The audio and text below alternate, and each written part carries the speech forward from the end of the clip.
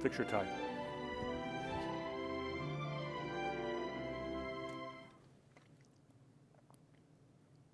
Hello, chess fans. Welcome to another episode of Chess Chat, a program brought to you live from the Rollstone Bank and Trust Studios at Fitchburg Access Television.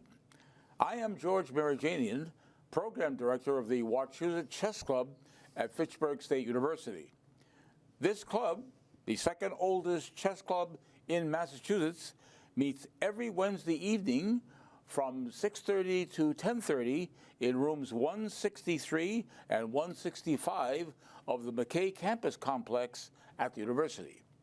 And with me for this 198th episode of Chess Chat is our award-winning director, Darrin of Fitchburg, recipient of FATV's very prestigious Boulder Award in 2009.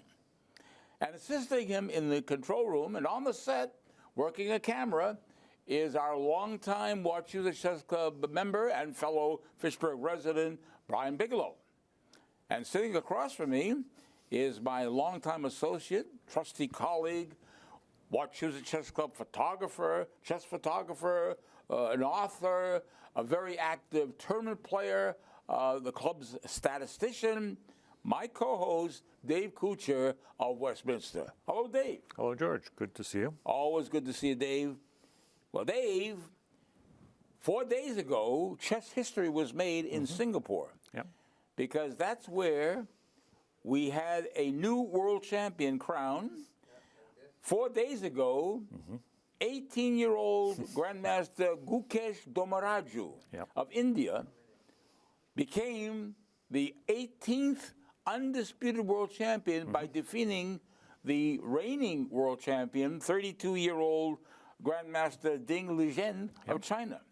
So that was an event that was watched by millions of people around the world, and we are going to be able to report on this. It was just, again, the closing ceremony was just 3 days ago, and we're going to be able to talk about this world championship. So what should we... One of the key things is that he's the youngest ever. He is the youngest. By far. Yeah, now, we've had younger world champions in the past, but they were older than 18. For example, Garry Kasparov was what, 22? 22. He was 22. So right. he was the youngest. Now, do you know how old when Bobby Fischer won it? You know how old Bobby Fischer was when he won it? 29. 29. Okay. But Gukesh actually made chess history by being the youngest world champion. And again, and this match, this world championship match, was played in Singapore, and it was a scheduled 14-game match. And it did go to 14 games. It did go to 14. Okay. Now, what should we tell our viewers about this match? What can we tell? We're going to present one of the games. Sure. But you have selected, you thought actually one of the wins. By the way, how many actually, who's the opponent? I told you, he defeated the reigning world champion, Ding Liren, who won the world championship last year. So he only was a champion since 2023. But he was not considered the favorite in this match. Gukesh was the heavy favorite because what is Gukesh Dommaraju's world ranking among all the chess players in the world? Where does he rank in the world? Is he number one as far as number one ranking? No. The number one player, Magnus Carlsen. Magnus Carlsen of Norway. A few years ago, decided not to defend the title any longer. All right. So the previous world champion chose not to compete in world championship matches, and he's decided to just retire from world championship play, but not from active tournament play. Correct. Okay. So, all right. So to answer your question, Gukesh is number 5 in the world. Gukesh is number 5, his ranking-wise. Okay. And, of course, you said Magnus Carlsen of Norway, the champion for 10 years. He won it in 2013 and actually retired, basically, from world championship play in 2023. He's number 1. Who is number 2 and 3 in the world? Do we have Caruana and Nakamura. Fabiano Caruana, 2 Americans. Very close, 2 American players are number 2 and 3. Grandmaster Fabiano Caruana, and number 3 is Hikaru Nakamura. Very close, and very close behind them is another Indian. Another Indian Grandmaster, Arjun Ergaisi. Is number 4. And all these 4 players we mentioned here, Magnus Carlsen, Caruana, Nakamura, and Agassi, all their ratings are above 2,800. Yep. Okay. So that's when you get into 2,800, you're in super grandmaster territory here. Yeah, absolutely. Okay. So what else can we say about this match? Well, like you said, Gukesh was the favorite. Yes. And almost universally, before the match, people thought it's not even going to go to 14 games. They thought Gukesh is probably going to win by at least 2 or 3 games. They won't even have to play the final games. So, right. So he was the favorite. Gukesh was the favorite. He was the heavy favorite. So what happened in Game 1, the Game 1 of the match? What happened in Game 1? That was amazing because Gukesh had white and he lost. And he lost. And Gukesh, the favorite, lost the first with game. white the first game. Yep. Okay. And the second game was a draw. They drew. Yeah. So now, Gukesh now has white again in round 3. So what happened in Game 3 though? In Game 3, he won to tie the match. He tied. So actually, he tied the match. Yep. After losing to Ding in the first game, he tied the match with a win in Game 3. Yep. So what happened after that? After games the next 4? The next 7 were draws. Yes, right. But I'd say at least 6 of the 7 were exciting draws. Exciting draws? Where one or both players had chances, but couldn't, turn it into a win. Right. So they were very interesting games. Right. And by the way, their schedule, they were playing like 3 games. After every 3 games, they were taking a rest day. A day off, right. It was a rest day. Okay. So they played 3 days in a row and then a day off, 3 days in a row, day off. Yeah. Okay. So this again went the whole 14 games. Right. Going into the last game, the 14th game, it was tied. It was tied. 6.5 points each. Yeah. Okay. Now, what if that last game would have been drawn? What if if that game were drawn, it would have ended 7-7? What happened? What would have happened next? Then they had playoffs scheduled for the next day, which was, again, I forget the details, but I think it was like 4 rapid games. So these are fast time control. Yeah, so they each have like 15 minutes apiece, roughly. Okay. So they play 4 of those, and if it was still tied, I think maybe there was another pair of rapid games, and if those were tied, I think they start playing blitz games. Yeah. I don't remember. But that was avoided. But yes, it was avoided. Have we had world championships that have been decided by playoff games, by faster games? Yeah, yeah. What they're playing, what they played, this match was what they call classical chess. Right. It's slow chess, but it's called classical chess. Right. Yeah. And I myself prefer seeing classical chess. Yeah. And I would not like to see a world championship title decided by a rapid playoff or a blitz playoff. Most people agree with you. No, I think most players agree we should see classical chess decided by classical chess, and not have a rapid play. Okay. All right. Now, Darrin actually has some photos of Gukesh. Yep. I think first photo he's going to show is with his parents. Or no, actually here is actually he's victoriously. This is after the last game of the match. Very last game, yeah. He's expressing his jubilation at winning the world championship. He's actually he's in an enclosed room with one-way. What do you say? Is one-way mirrors, two-way mirrors? All right. He can't see the crowd, but the crowd can see him. So there's a crowd up there, but he cannot see them. He can't see. He could hear them. He could hear them, but not see them. He could hear them. Yeah. Okay. So that's one photo of Gukesh. Now here is actually with his parents. Yep. His mother there, I see in the middle. I believe his mother was like a microbiologist. I don't know. Yes, she has. She's as a professional person. Has her profession is being microbiology. Okay. Yeah. Okay. And I forget what his father does, but there they are with him, congratulating him. They must be very proud of their son. Yes. Yeah, very son of their son. I did read that the mother never watched any of the games. Really? Because she felt like she couldn't control it, so why stress about it? Right. She'd find out when it was done. Okay. So she didn't. So she never actually watched any of the games live. She waited to hear the news afterwards. Okay. All right. Now, I think we have a little clip next. Yes, we have a clip actually of Gukesh. Actually, he was interviewed actually when he's like 11 or 12. I think he was 11. He had just won like the World Youth Championship or something. Let's see this very short clip of video of an interview with Gukesh at a young age. What do you want to do when you grow up? I want to become the youngest world chess champion.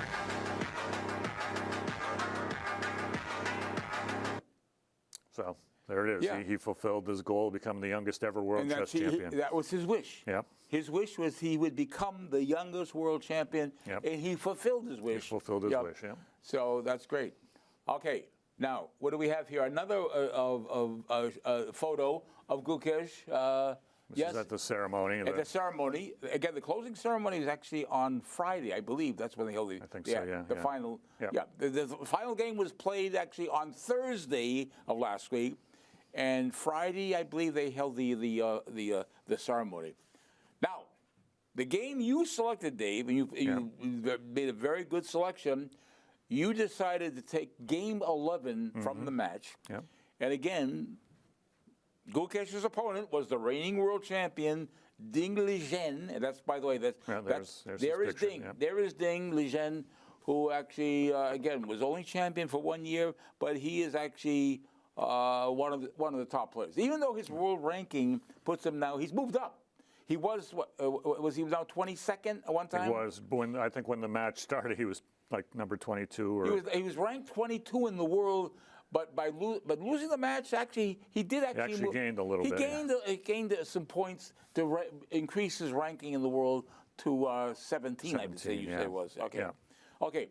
So in the game, we're not going to present to our viewers who had white in the game that we're going to see. Is it Gukesh had white? Gukesh, the challenger, had white. Okay. So how did Gukesh open the game against Ding in Game 11?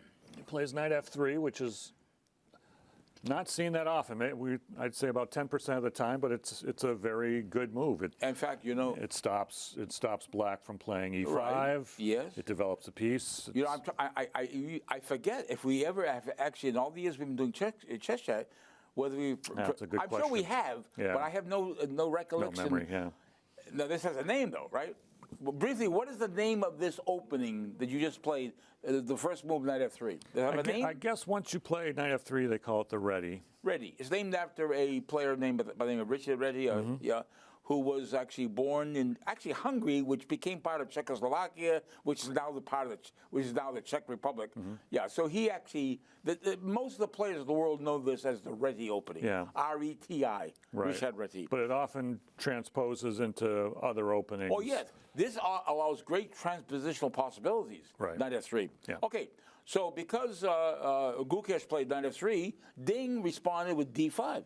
He's allowed to play his center pawn up to d5, which is a good response. He could have actually played knight f6. He could have mirrored. A lot of players just mirror. Yeah, they just played knight f6, but d5 is a very playable move. What did Gukesh do now on move 2? And when he plays on move 2 is a very slightly surprising. It's a very unbalancing Well, move. Actually, now in some circles, this might be considered, some may call this a gambit. This is, yes. Yeah. See, the ready opening, by playing c4 in the second move, some players may even call this the ready gambit, because you're now offering that pawn right now. Yep. Okay. All right. So, in response... But I guess the main thing to say is it's very unbalancing. Yes. He could have simply played this, and it's just get a very balanced, even position. But this is going to really unbalancing. It kind of gives the message that I'm going to play for a complicated game. I'd like to win. Okay. I'm not going to be happy with a draw. I want to win this game. All right. So Black has choices here. Black can actually take the pawn on c4, or what he did, he decided to push the pawn to d4. Did he not? Yes, and that tends to lead to pretty complicated positions. He could have played e6. Or even, yes, right. Now, he could have played e6, would have shut in this light square bishop, however. But e6 is a playable move. And in the post-game press conference, he sort of indicated he wished he had played e6 here. Oh, really? Yeah. He regretted not playing e6? Yeah. Okay. All right. So how did Gukesh respond now to this move, d4? It gets pretty wild. He plays b4. It's not something you normally see in most openings where the b pawn is pushed on the third move. This is not the most popular response to. I mean, this is it's a playable continuation, but in the pecking order of popularity, it's not number one, is it? Yeah, I think e3 might have been the. Yes, I think e3 attacking the pawn on d4 immediately. Yep. So that's Gukesh's move b4, and what Ding did is respond with the pawn on c7 to c5. He immediately moves up, now which is attacking the b pawn. Yep. But of course, the C pawn is protecting the D pawn on on D4. All right. It is now Gukesh's fourth move. What does he do now? Again, this is a common move in this position, Which E3. Which he could have played before he played D4. Sure, yeah. Okay. So E3 is now attacking the pawn at D4. Well, Ding just continues with his development. But we have to say, Yes. he took 40 minutes at this point. On this next move, his fourth move, he so took wait a minute. You 40 minutes. say that again? He spent how many minutes? 40 minutes. On making this move? This move. So, and we should say that both players have to they get 2 hours for the first 40 moves. Okay, they got 2 hours for 40 moves. For 40 moves. Okay, and he spent 40 minutes taking on 40 this minutes one. at this stage of the game This is the opening. is scary. It is rather scary to spend that much time on one single move like this. It's amazing that you did. So knight f6 is played by Ding. Yep. How does Gukesh respond to this move?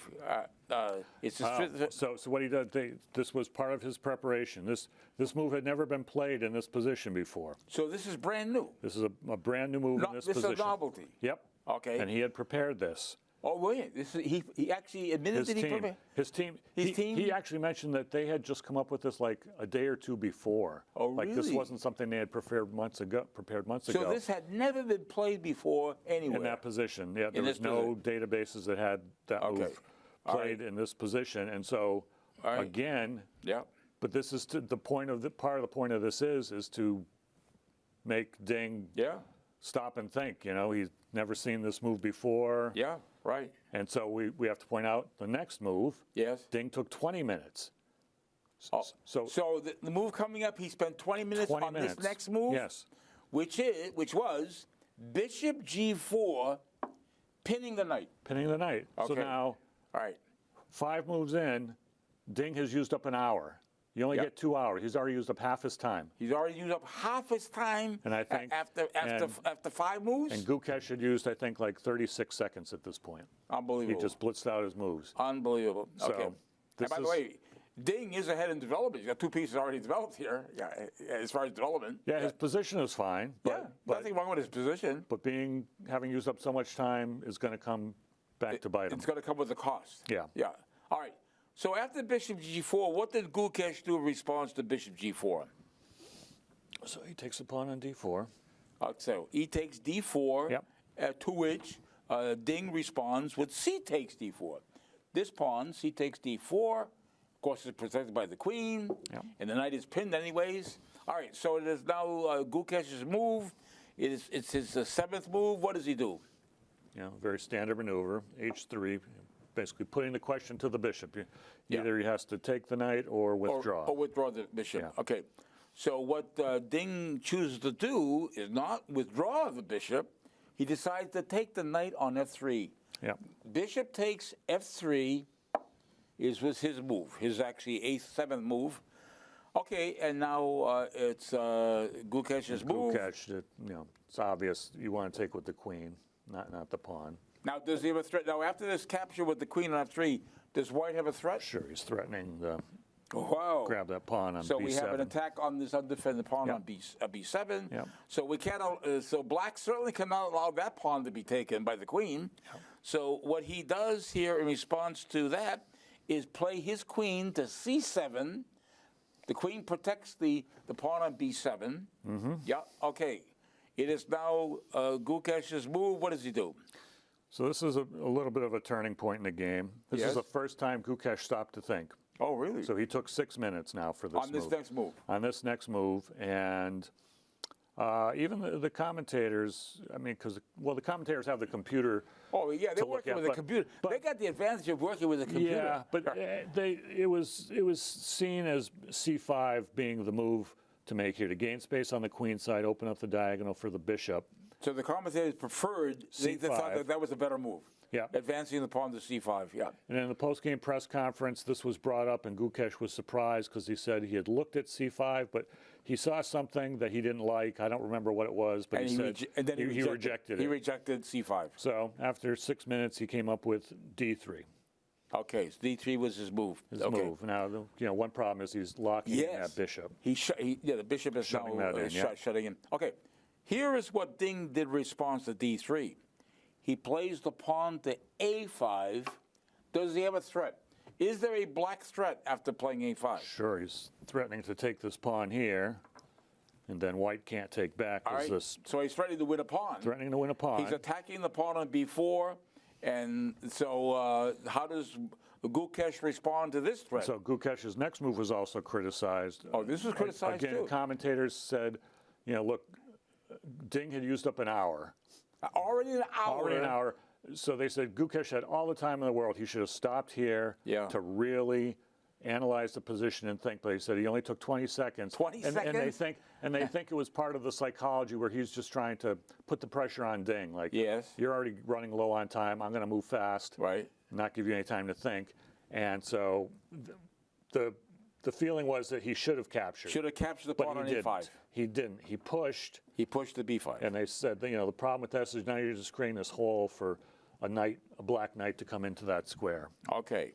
All right. So what Gukesh did in response to b5 was bring another piece into play here by playing the knight on b8 to d7. Knight b7. And it's going to go. Oh, yes. And it's going to go there. Now he's going to be able to anchor on c5 with the knight. So already the commentators were thinking Ding is fine. Ding's position is. There's no weakness here. No problem with Black's position here. All right, it is now Gukesh's 11th move. How does he? Remember, he's got a problem bishop there, the light squared bishop. So he realizes that. Yeah, of course, he sees it. And this is another key moment. Oh, yes. Now Gukesh takes 60 minutes. Wait a minute. Half of his time, half of his remaining time. Are you telling me in this next move he takes a full hour? He takes a full thinking hour, yes. about his next move? Amazing. Yeah. Wait a minute. He has to be in serious time trouble already. Yeah. Well, after this move, After this move. So they sort of felt he should have taken the time before this move. Yes, right. And now he sort of realizes he's messed up. He's messed up with his time management. And Ding's position is fine. Yes. And now he spends an hour. An hour on this move. Mind-boggling to me. Because if I've spent 5 minutes on a move in one of my games, I'm thinking, I'm using up too much time. But have you ever spent an hour? Never. Not even close. You've never spent an hour on one move. Not even close. Okay. But Gukesh did. He does. He makes a good move, but now that I think I wrote it down. So now Gukesh had 50 minutes left. 50 minutes for the rest of his moves to get to move 40. And Ding was actually a little bit ahead on time. He had 51 minutes. So after Gukesh was ahead like an hour on the clock, he's now slightly behind because he took 60 minutes on that move. Okay. It is now Ding's move after g3. He plays the knight on d7 to c5. So knight goes to c5. That was his move. And, of course, Gukesh is going to carry out his plan. He played g3 for a reason. Right. So he plays bishop g2. And now we have the bishop actually fianchettoed on the long diagonal here. All right. So now what Ding does is actually this knight on f6 comes back to d7. All right. Because he's going to redeploy this knight on d7. Right. Yeah. So we can say he wants to redeploy here. There's a threat of going to attack the queen. Attack the queen and attack this pawn a second time. And then he would have a double attack on the pawn on d3. Yeah. So, all right, there's now actually Gukesh's 13th move. What does he do? So he castles. He castles. Can't go wrong by castling. No. Yeah. But Ding carries out his plan of playing now knight e5. Yeah. It attacks the queen. The two knights now attack the pawn, which is only defended by the queen. But the queen is now under attack. Right. So the queen has to move. So Gukesh said later he's already unhappy with his position. He said he wasn't happy with putting the queen here. Right. Okay. And at this point now, he had like 37 minutes to Ding's 44 minutes. Okay. All right. So the knight is pinned. However, but the threat that White has here is this pawn is now undefended. Now it's attacked. So it's under attack. So there is a threat of actually taking that pawn, right? Yep. All right. So to which Ding responds, playing the rook on a8 over to d8, and protects the pawn on d4. Okay. Was there any criticism of that? I mean, No. there was no criticism by the commentators. They realized that pawn has to be defended. Yep. Okay. All right. It's now actually Gukesh's 15th move. What does he do? Yeah, so he plays what, a move that I would have thought of. Right? I think most players would do that. They say, right, wait a minute, I got a wanted to pawn defend under this attack. pawn. Yeah, okay. But again, commentators thought he should have just given up the pawn at this point and just And develop. and developed. Right. So they thought this was not the best. So at this point, they were actually thinking that Ding had the better position. Oh, okay. So they gave Ding the Definitely advantage. the edge, and they Slight, but a slight advantage. Well, or they felt, we can show that they felt like the next two moves he should have made was e6 and then put the bishop here. And they thought if he does that, he's got a big advantage.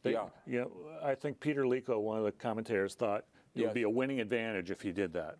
So that was the move. So in response to Rook D1, the commentator said that he should have played E6 with the bishop playing the D6, but he didn't do that. He didn't, and he didn't play the pawn to E6. He made a mistake himself. What was the mistake? Now the mistake he made then is what he played in playing G6. Right. He plays the pawn to G6. So he's going to bring his bishop out the other way. Right. And they felt like that he really had to bring it to here. Right. So. Which would have given him a much better position. Yeah. But he chooses to play G6.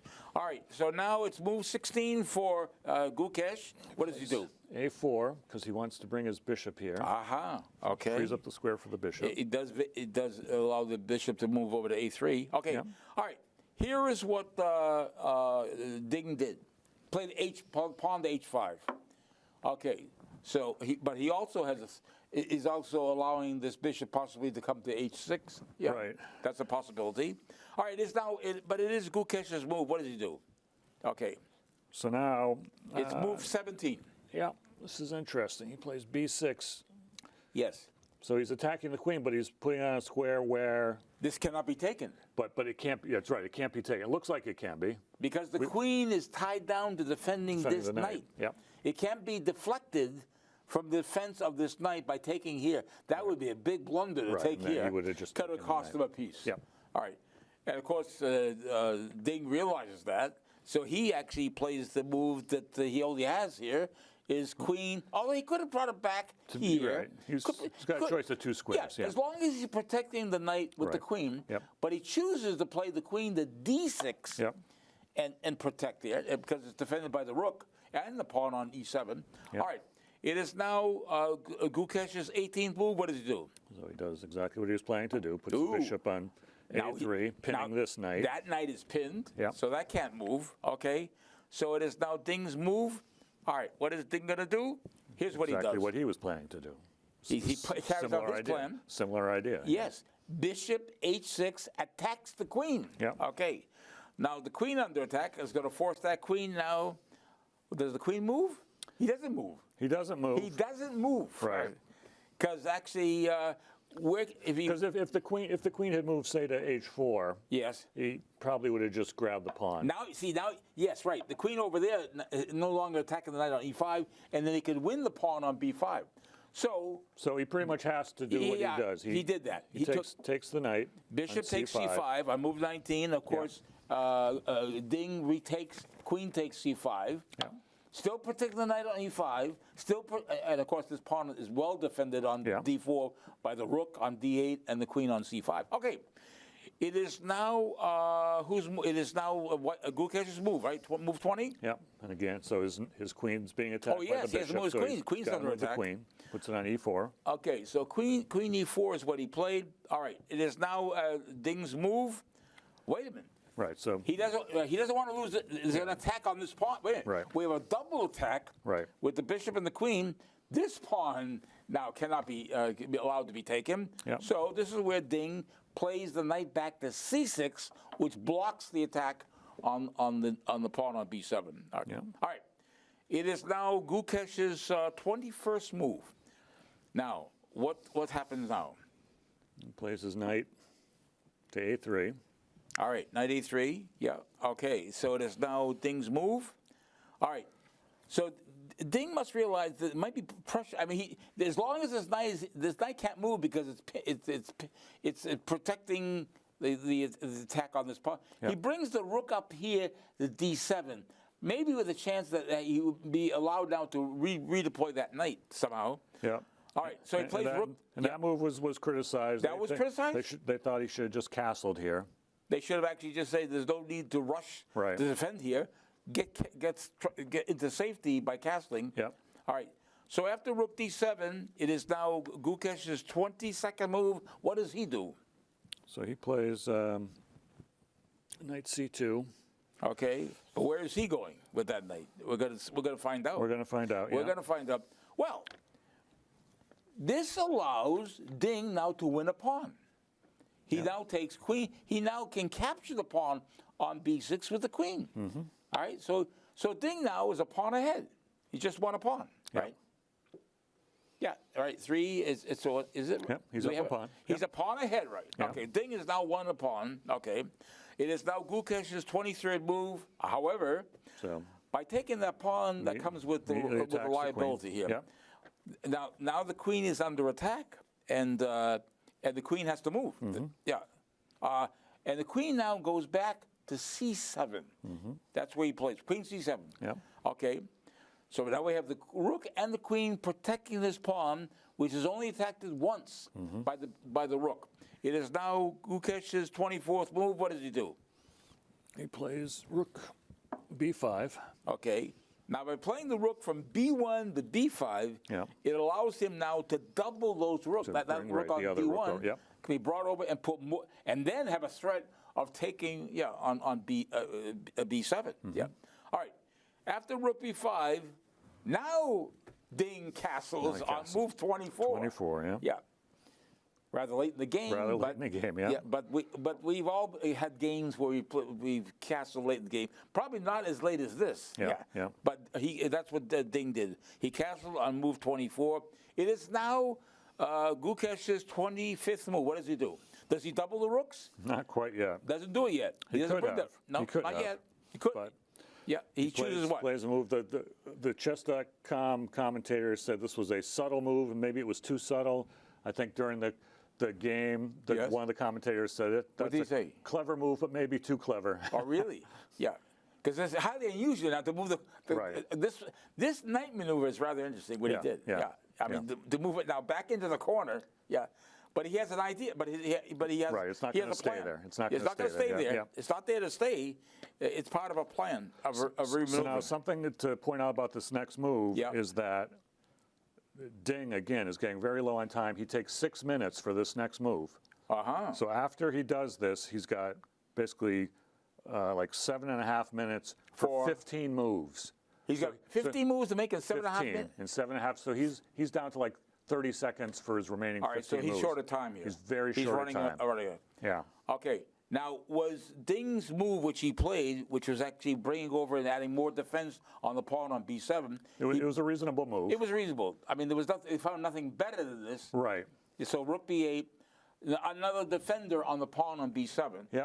Okay. And at this point, commentators were saying that they felt like White's moves were easier to play.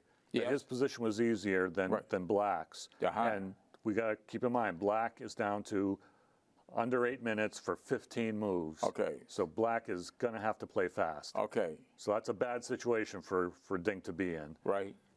So it is now Gukesh's 26th move. How does he continue? So here we go. Knight goes to b3 now. Okay. All right. So after knight b3, now Ding must realize this knight would love to sink into here. By doing that, we actually have more pressure on that pawn. Yeah. So he realizes, wait a minute, I can't have this rook is going to come under attack. So he has to prepare for that attack by the knight. Yeah. He plays the pawn up to e6. Yeah. To allow that rook actually still to maintain on that stay on that rank, Right. defending Right. this pawn To slide with over. the other, with the other rook. Okay, But that was criticized as this being a move was bad criticized. move. Yeah. I mean, it's complicated, but they thought that he should have put the rook up here. I see. instead. And that way, the knight going into c5 is not attacking a rook. Right. Yeah. Right. So this move e6 was criticized. Yeah. It was better to play the rook up. Yeah, Yeah. and not allow that knight to attack the rook on d7. But again, Ding, black has very little time. So knight, yeah, Knight to c5. attacks the rook. Attacks the rook. Okay. Attacks this pawn a second time. Right. Yeah, okay. But again, it's defended here by Yep. the rook, Yep. and this rook and queen. So we got 3 pieces defending that pawn on b7. It's attacked twice, Yep. but defended 3 times. So rook under attack. The rook moves over to e7, and that's what actually Ding did. Okay, Gukesh's move. What does he do? Gukesh's move, well, he could have immediately taken this pawn. Oh, that's true. He could have just taken right there. Because that pawn was defending this knight. And So- now, now he's got 2 pieces and now, on that. and now he can actually take back here. So yeah, he can actually win. Actually wins a pawn. Again, the commentators felt like that. So he had the opportunity of winning a pawn on b7 immediately. Yeah. He chose not to do it. But we should point out again, Yeah. even though Time. the time. So Yeah. Gukesh's time trouble wasn't as bad, but he didn't have a lot of time himself. Yes. He had more time, but Right.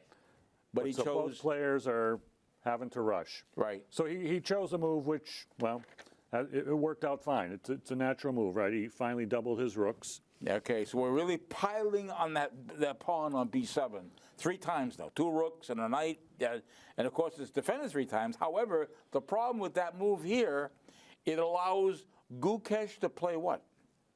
I mean, it's moved to 20. So it's Oh, I'm Ding's sorry. move. No, it's Black's move. It's Black's move. Oh, it's Black's move. Oh, Black's move. Oh, so what Ding did? You're right.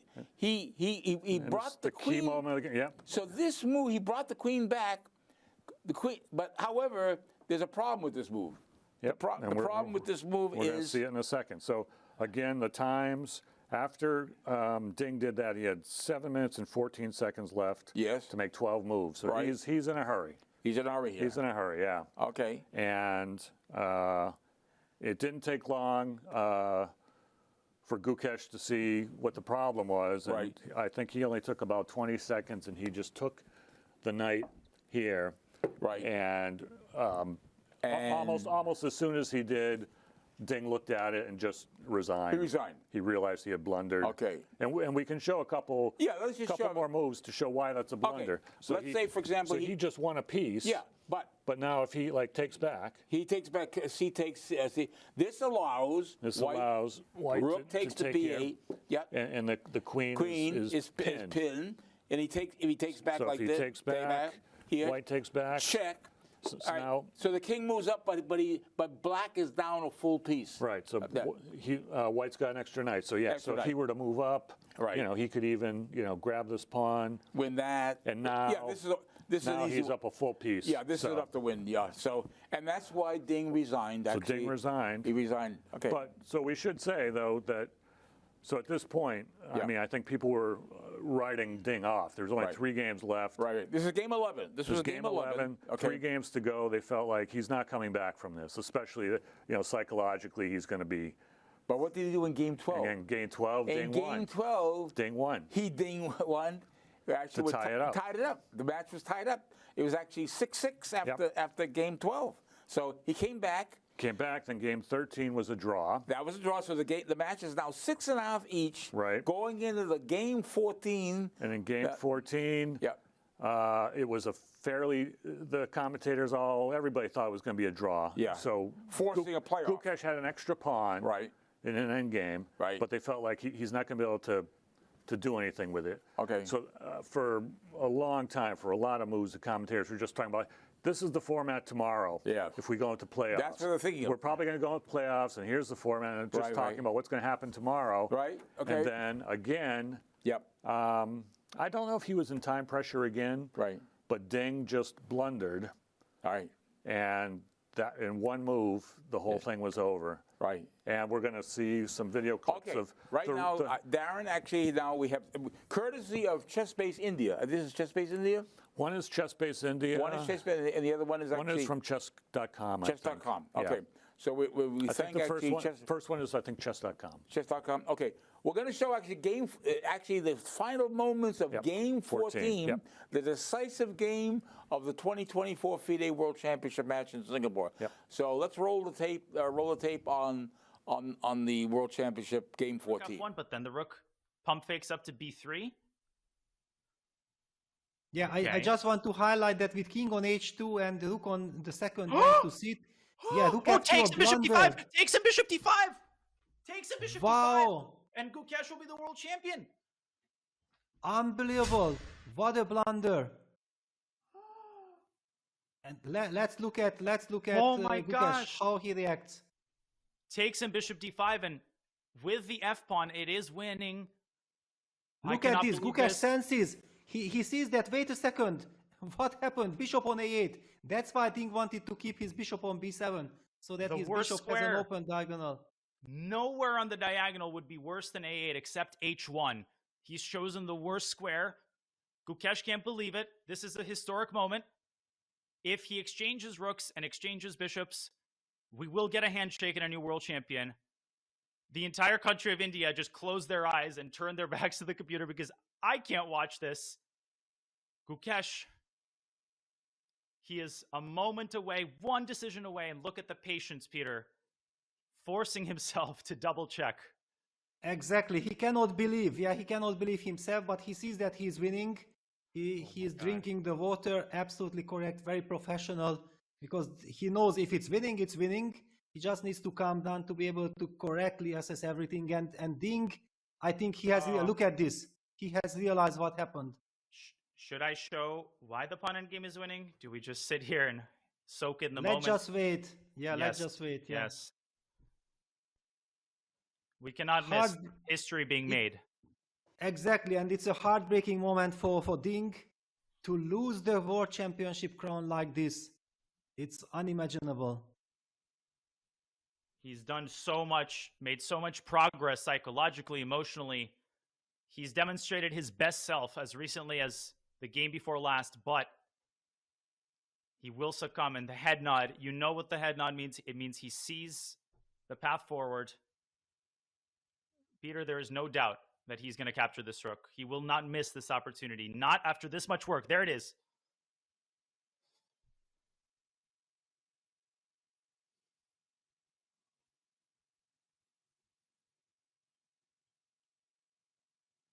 Yeah, the nerves.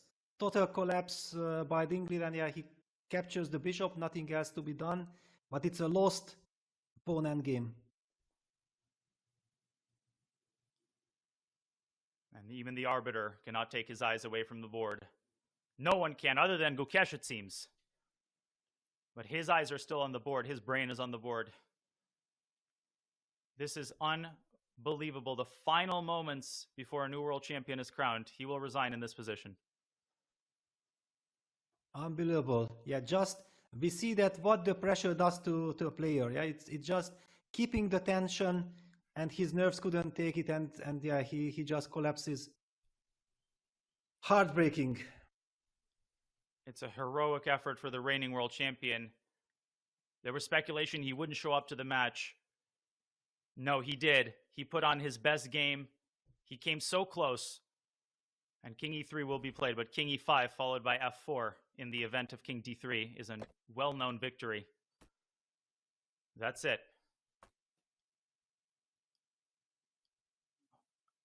Heartbreak and euphoria all rolled into one scene.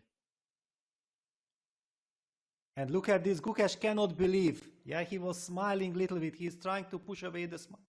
But he will be the youngest world champion. Incredible what we are about to witness. And he's earned it. Not a single part of the smile has anything to do with wallowing, with enjoying the anguish of his opponent. He deserves a smile. He has done so much work. He has come so far. The 18-year-old has demonstrated the skills of a champion, the play of a champion, and the composure of a champion. And he's going to defeat a very worthy opponent. A sip of water from Ding as he begins to come to terms with the disaster that struck in this final game. What a moment Peter. Words can't capture the significance of this moment, and there it is.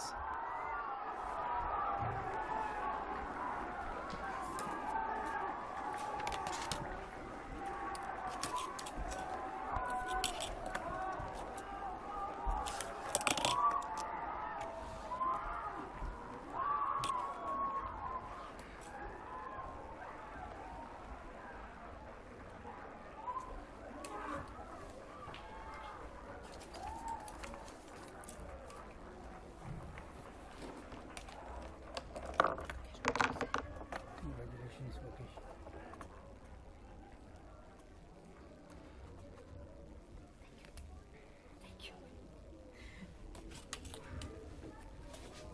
Incredible, and Gukesh is also crying. Amazing. What a picture.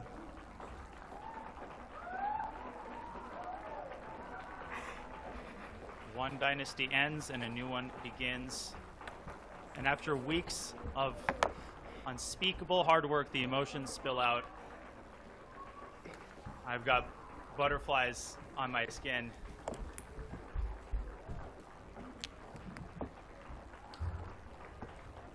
How symbolic. Gukesh sets up the pieces like he always does, win or lose.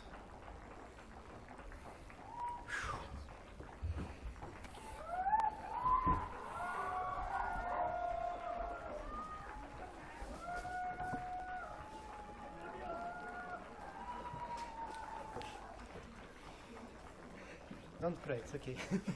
No, cry. Cry.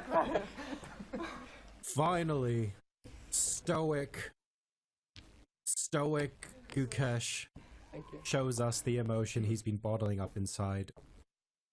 What an incredible result. And look at that, he's so unbelievably thankful to even be able to take part in emotion like this. He's so humble, he's so grateful for this moment, and it really shows. There isn't a shred of arrogance there. It absolutely... Okay, that was the final moments of Game 14.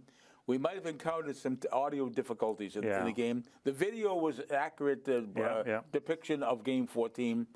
We're going to actually show a clip. Hopefully, we'll have no audio problems with this clip. This is actually the reaction of the fans in India. This was actually his Indian fans watching this game on live TV from Singapore. So let's show this clip of the reaction of Gukesh Dommaraju's fans in India in the final moments of Game 14 for the World Championship. What?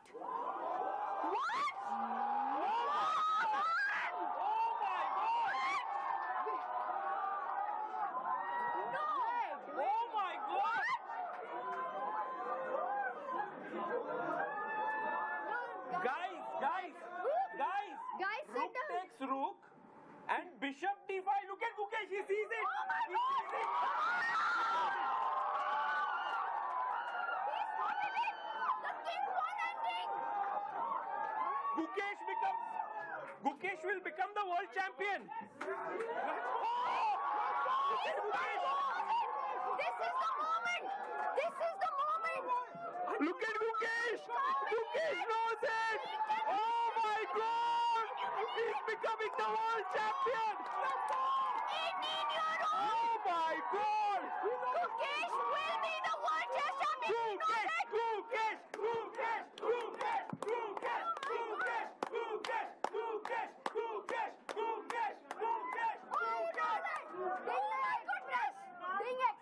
He knows it, yeah, he knows it. This is over.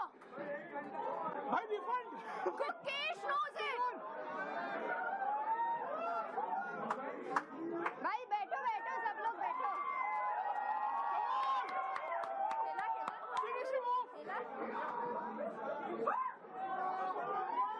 What a blunder. Guys, Gukesh कैसे? Let's... Okay, so mainly... Can we show the line? Gukesh has to take the rook. King takes rook. Oh my goodness. And play bishop d5. ये bishop अटक गया है. He cannot... It's wow, first king line. takes. And this is a winning king pawn endgame. खत्म. This is over. This is over. I cannot believe this is crazy. Gukesh cannot believe it. He knows it. He's about to become the world champion. Guys, Gukesh is just 2 moves away from becoming the 18th world.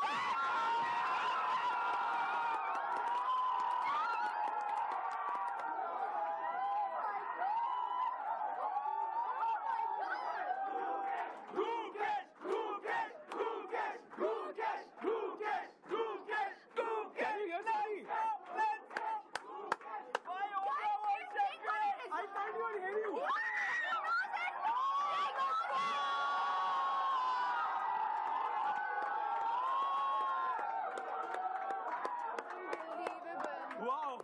Unbelievable. History is being written right now in Singapore. Yeah, we are witnessing history here, dosto. An 18-year-old world champion. Let's go. Can we see Gukesh? Can we see Gukesh in the video? वो ऐसे घूम रहा है. Heartbreak footing. It's complete heartbreak footing. That walk is so cold. Yeah.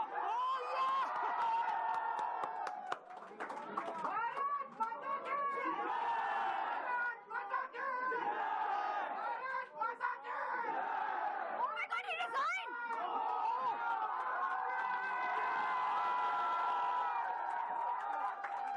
Well, 1 second, he's playing King E5. He's not resigned, guys, Not just yet. resigned yet. Not resigned. This is important. Guys, थोड़ा रुकते हैं.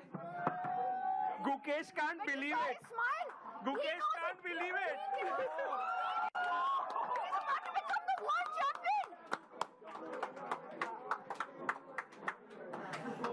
Gukesh cannot believe it. Oh, he's laughing. He's smiling. He's laughing. Wow. He cannot believe it. He's like world champion बन गया मैं world He's champion बन laughing. गया. He's laughing, Jenny. He Yeah, cannot he's believe it. laughing. And just because he did not give up this position. Exactly, He guys. played it out. Never give up, bhai. Never give up by Gukesh OP. Wow. Gukesh OP in the chat. Let's go.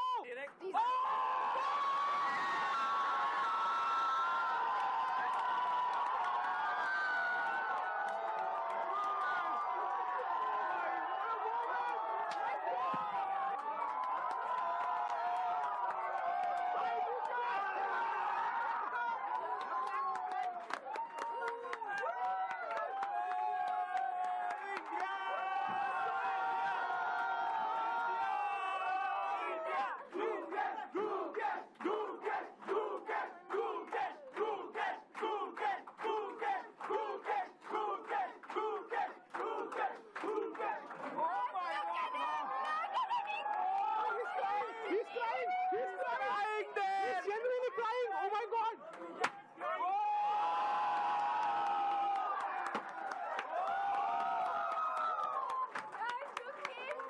He's unable to move right now. He can't believe what has just happened. Look Wow. at him. Just look at him.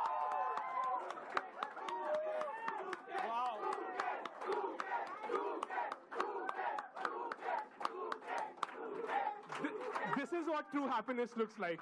Wow. Look at the smile on his face and the tears in his eyes. Guys, we are all part of history today here.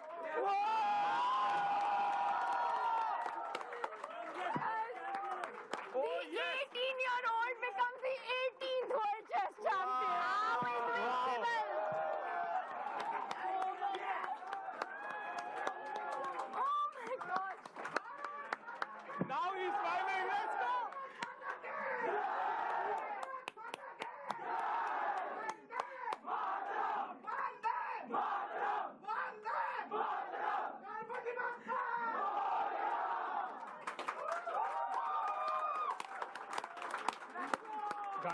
Guys, we have an Indian world champion. That's insane. After Vishyana, it is Gukesh! Yes! He's done it! He's done it!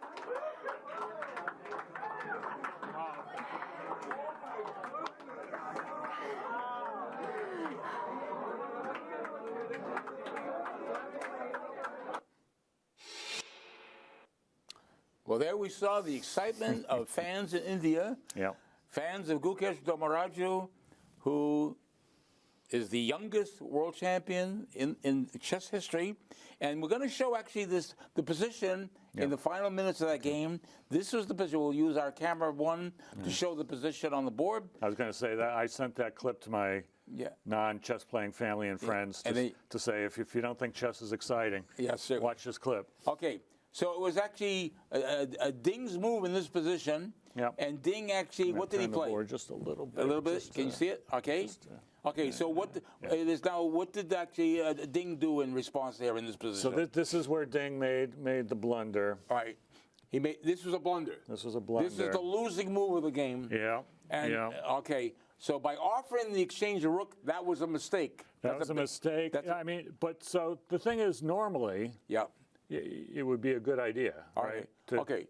So how did did Gukesh respond? He took the rook. He took the rook. Rook takes on f2, and of course he took his time. Took his time on this. Took a drink. Because this is the World Championship at stake. He wanted to make sure.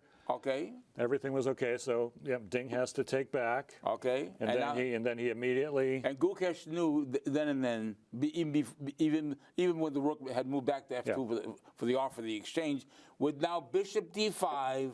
And the problem here is that this bishop, if it wasn't in the corner, if it was here or here, it could just move aside. He could escape. He could escape because it's in the corner. Now he has no choice. He has no choice but to exchange.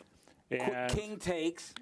King takes. And I guess all we. And this is actually this is a one end game with two pawns versus one, because actually black is going to win this by virtue of maintaining the through opposition, king opposition, and he's going to be able to win that pawn. So we could say at their level, there's be no point in playing. That's why Ding resigned. Ding resigned. He realized this is a lost position. There's no hope in continuing it. But when I looked at it, and I thought if I was black and the clock was ticking, I could imagine screwing this up. Yes, it's very possible to. It's not a slam dunk. No. At our level. Amateur players could lose this game, actually not win this game. Let's put it this way. So, but these professional players know that this is a one game. Ding knew there was. It's lost. I want to point out that the Gukesh, at the age of 12, when he was 12 years old, 7 months, 17 days, he became the second youngest grandmaster in the world, second only to Sergei Karyakin, who was the oldest. But again, here is now Gukesh Dommaraju at the age of 18 years, 8 months, and 14 days, becoming the youngest world champion ever. And we congratulate Gukesh and actually the Indian Chess Federation, because he's now, Gukesh is the second Indian to become world champion. And that's quite an accomplishment. And we can also say that there was some speculation that maybe Magnus Carlsen might be interested in playing for the World Championship again now that there was a new generation coming. And did Magnus respond? And Magnus is not interested. He's not interested actually in fighting. He's not interested in fighting for the World Chess Championship. He's going to keep playing, but he's not going to play for the World Championship. Right, and he's playing. Actually, we have it now with this World Blitz, World Rapid coming up in New York. Very soon. So. Magnus was there, but Ding won't. But Gukesh will not be there. I don't think so. I don't think he's. I think he's not entered. I think he's taking a well-deserved rest. Okay. So, anyways, this is quite an accomplishment. Again, this is chess history in the making, and it was done actually in Singapore. And now we have to see who Gukesh's challenger will be 2 years from now. From 2 years from now, there'll be another World Championship match, and we have.